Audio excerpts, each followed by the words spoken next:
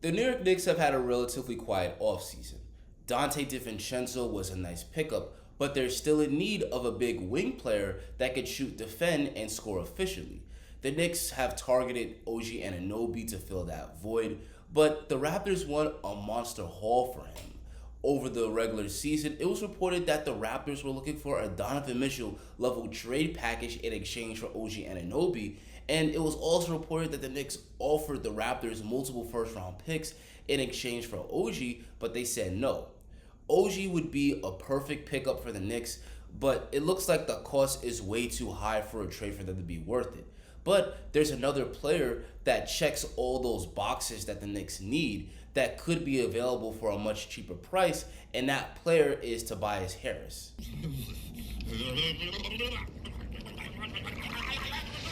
What did you say, Nick? Knick fans and RJ Barrett stands, before you attack me down below in the comments, at least hear me out. Tobias Harris would be a major upgrade over RJ Barrett at the starting small forward spot.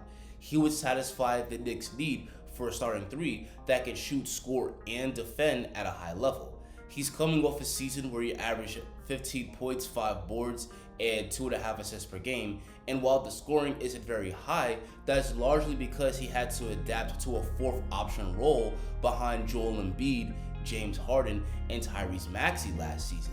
The year before, he averaged 17 a game, and his scoring was even up to 21 points per game one season with the Clippers. Tobias Harris is actually an advanced shot creator that can score the ball on all 3 levels of the court. And he's an efficient scorer with a career 48% field goal percentage, which is much better than RJ Barrett's abysmal 43 field goal percentage, which he averaged last year. Tobias Harris would give the Knicks a much more reliable third option next to Julius Randle and Jalen Brunson, which would be a huge boost to the Knicks offense. Tobias would also help to improve the Knicks' floor spacing and three-point shooting, which is something New York desperately needs. Having to adapt to a more catch-and-shoot role last season, Tobias Harris thrived, knocking down 39% of his three-pointers last season. And as for the Knicks, while they were a top 5 offense last year, their three-point shooting was poor, and that really came to bite them in the ass in the playoffs in that second round series against the Miami Heat. The Miami Heat were more than happy to leave guys like RJ Barrett, Quentin Grimes, and Josh Hart open for deep, and that gamble paid off as those guys went on to lay bricks in that series. Tobias Harris, on the other hand, knocked down 41% of his catch-and-shoot three-pointers in last year's playoffs.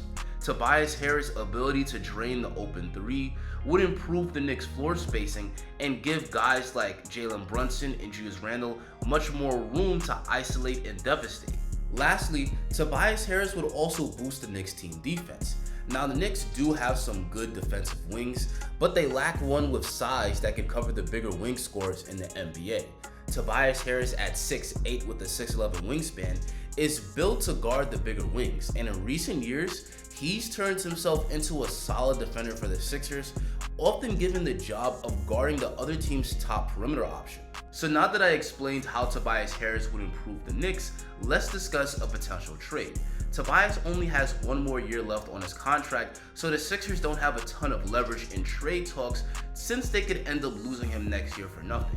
So in this trade, the Knicks are going to send over RJ Barrett, Evan Fournier's expiring contract, and Dallas's first round pick next year in exchange for Tobias Harris. And afterwards, I would give Tobias Harris a 2-year extension, so that way the Knicks have Tobias Harris under team control for at least the next 3 seasons. Now, I already know some Knicks fans are furious hearing RJ Barrett included in this trade scenario, but the fact of the matter is, the Knicks are no longer a rebuilding team. Once you get to the second round of the playoffs, you're now in win-now mode. Jalen Brunson is 26 years old. Julius Randle is 28. That means these guys have about 3 to 5 years left before they start to exit their primes. And that also means that the front office needs to look to continue to improve the team year after year to make the most of what's left of their primes. Now, does Tobias Harris make the Knicks a championship level team as soon as this upcoming season? Of course not. But adding him undoubtedly improves the team in an increasingly competitive Eastern Conference. Moreover, this trade scenario allows the Knicks to keep their giant stash of draft picks so that way they can make that big blockbuster trade for a superstar sometime down the line, so that way they can become a championship level team. Anyway guys, that's going to be the end of the video. Should the Knicks have trade interest in Tobias Harris? Let me know your thoughts down below in the comments section. Guys, if you enjoyed this video and you want to see more dope content just like it, please drop a like on the video and hit that subscribe button. The Knicks also have a need for a backup four, and there's still some players left out there in free agency that can fill that void. Click this video right here to learn about 5 free agents that the Knicks should sign to be that backup four. Thanks for watching, and I'll catch you guys next video.